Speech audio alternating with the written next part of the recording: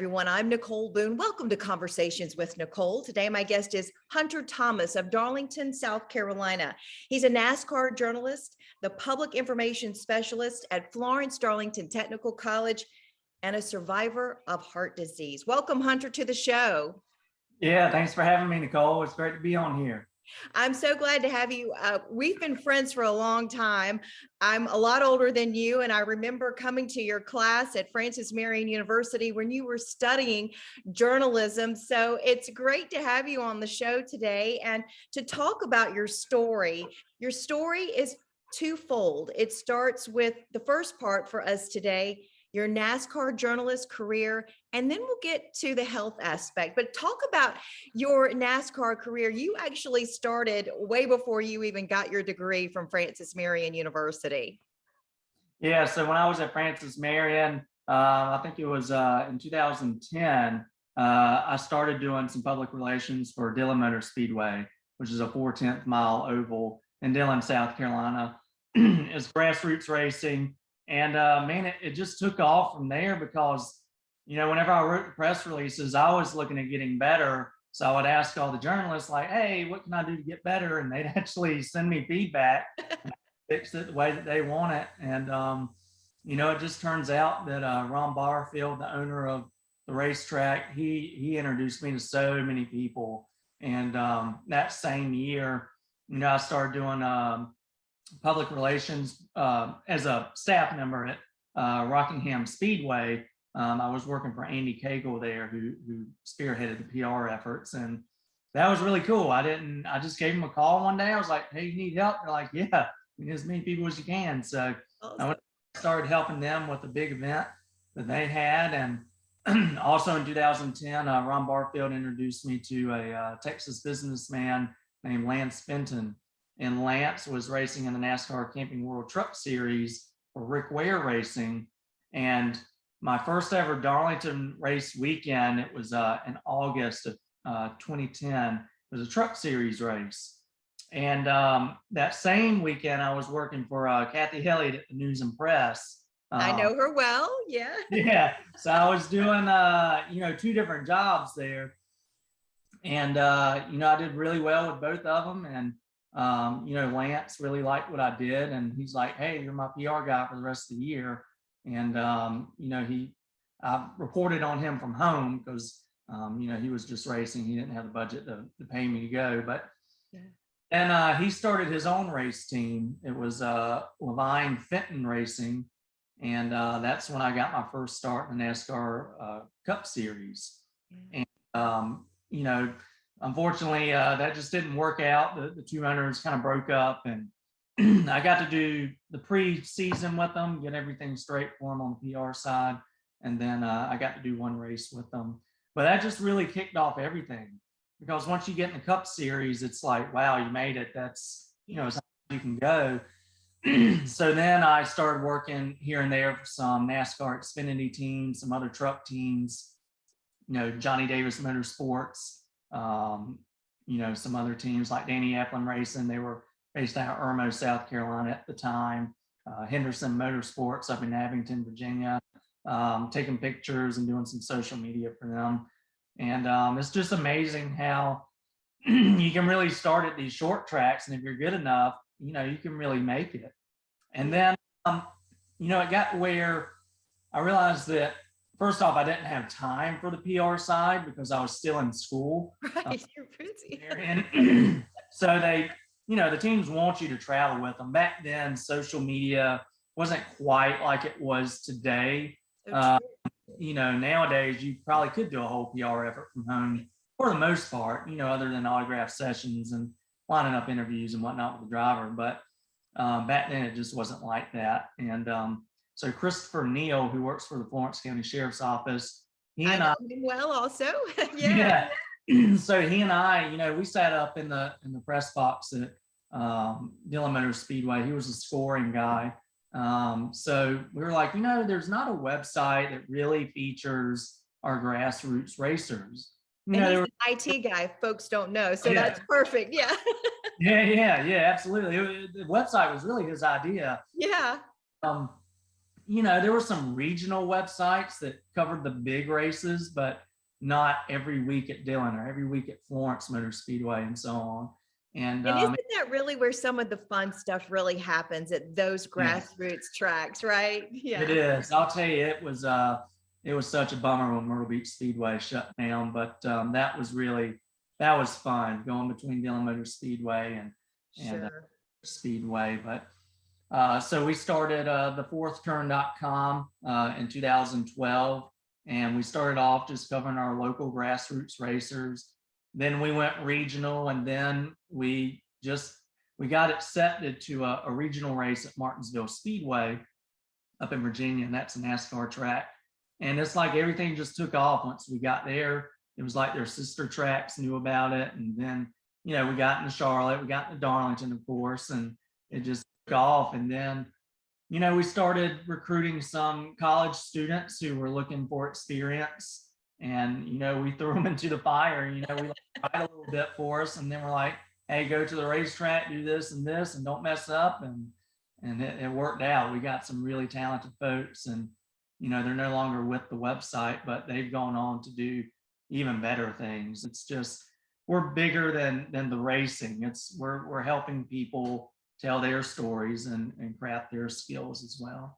Don't you think that's what's really cool about the racing community and NASCAR as a whole? I always feel like they embrace everyone. They want everyone to do well. They want to help other people. That's always why I have found racing community and NASCAR just to be something that I like to follow and be involved in, because I really feel like the people care about one another. And it sounds like that's exactly what you've experienced in your journey and you're doing for others. Yeah, they absolutely do. I mean, once I got into NASCAR for like 2 or 3 years, it was like you're part of the family now. And no doubt about it, it was competitive. I mean, they want to beat you every weekend, and I couldn't compete with, obviously, the national media, but those other websites, they want to beat you every weekend. But at the end of the day, we are a big NASCAR family, and do anything we can to help each other. And it's really cool. It's a tight-knit community. Yes. I've had, we'll get into it, some health problems, and there have been some years where I just can't produce the content that I did the years before, and it's like, it's okay, just get healthy and then get back to it. And that's really cool, because it's you don't always get multiple chances like that. Well, I think that's a perfect segue. So your full-time job now is at Florence Darlington Technical College. You work there, working with their website and that sort of thing. But as you just mentioned, you were born as a premature baby, and you had heart issues when you were born. So talk about your journey in health, and now you're actually making history with some new technology that you have inside of you. Tell us about that. Yeah, so I was born a premature baby, a blue baby. I was about 3 pounds. And so I was born with tetralogy of Fallot. That's a heart disease that affects multiple parts of your heart. And basically, that's how I got set up with needing a new heart valve. I had tetralogy my whole life, and they patched it up. So this new heart valve is called the Medtronic Harmony transcatheter heart valve. And so it's kind of the first of its kind. Usually people like me who need a new heart valve have to have open heart surgery. So my whole life I've been told, you're eventually going to have open heart surgery. It's coming. And I've had doctors, a few years ago that really thought it was a good idea for me to go through with it, because my heart failure was progressing. And then it was about COVID, when COVID hit. I was working from home because the college was shut down because of COVID. And I don't know if it was just because I was sitting around a lot more, but my heart failure just progressed, and was, first off, it's a disease and it progresses, but I wasn't moving quite as much. I was still exercising, but you don't realize how much exercising you get when you're just walking around work, going office to office. It's just Sure.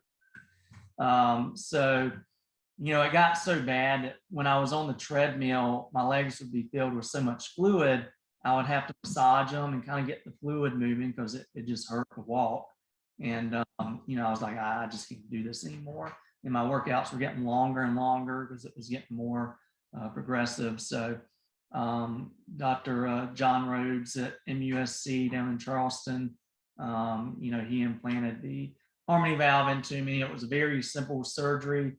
He just went through the groin area and went on up into the heart and put it in. And, I had some fever after the surgery, so it wasn't really the smoothest, healing, but that was no one's fault. That was just the way that my body was trying to reject, I guess, a little bit there, but it worked out. And now I'm about 6 months into recovery. I think my heart failure is potentially cured now.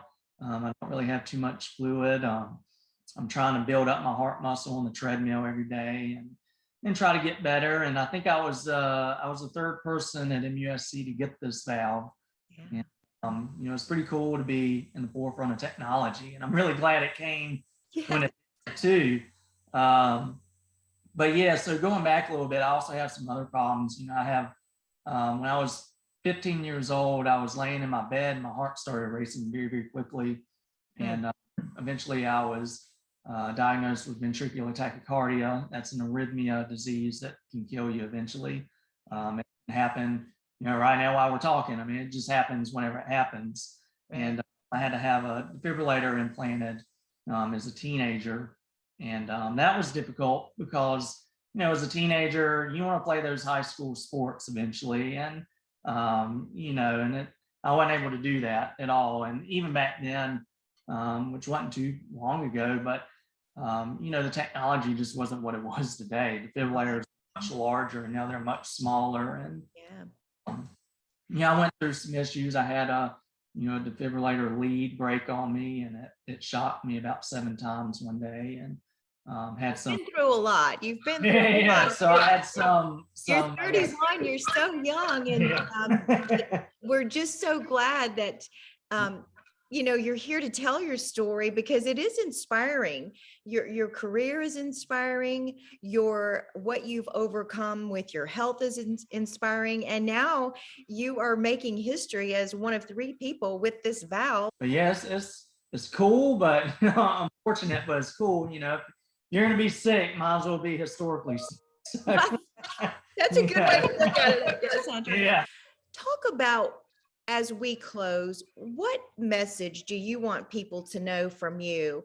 It has to be one of don't ever give up. You're truly an inspiration. Talk about that. Yeah, I mean, you can't give up. I mean, if you have some kind of health disease, whether it's heart disease or something else, you have the disease, it's not going anywhere. Doctors can help you a good bit, maybe even cure you a little bit, but you have the disease and it'll toughen you up over time. You just have to have that mentality to not give up, and you have to fight. And I think NASCAR in particular has really helped me with that. It's first off got my mind off of it, but it's trained me on how to be a better self, to be more competitive. It's almost kind of like what I've never been in the military, but kind of like a military way of thinking, like you can do this and you will do this, and then you'll realize that you can do it. It'll be easier. And, that's, you just can't give up, and you have to keep pushing forward. You have to keep striding and being a better person every day. Fight the good fight. Fight the good fight, right? No matter your circumstances. Well, you have truly inspired me. I'm so glad that we had a chance to have our conversation. In the description today, I have information where people can learn about some of the health issues that you have faced and how you've dealt with them, and an article from MUSC that they wrote about you. So we're just so glad that you're here today, that we can share your story. And I appreciate your friendship over the years. Like I said, you're a lot younger than me, but I have followed your career. I've seen you grow through the years. And, from me being older than you as a veteran journalist, man, I'm so proud of you. Kudos to you for all you've achieved. And thank you for taking the time to be with me today. Yep, I appreciate it. I'll tell you, the local journalists in particular in the Myrtle Beach and PD region, they've welcomed me with open arms, and they've helped me so much along the way. Well, we love you. I've always, I would see your press releases come in. I would like, way to go, Hunter. So it's good to be able to share your story today on a different platform here on Conversations with Nicole. I wish you all the best, Hunter. Thanks so much. And folks, that's going to do it for this edition of Conversations with Nicole. Until we meet again, we hope you have a great day.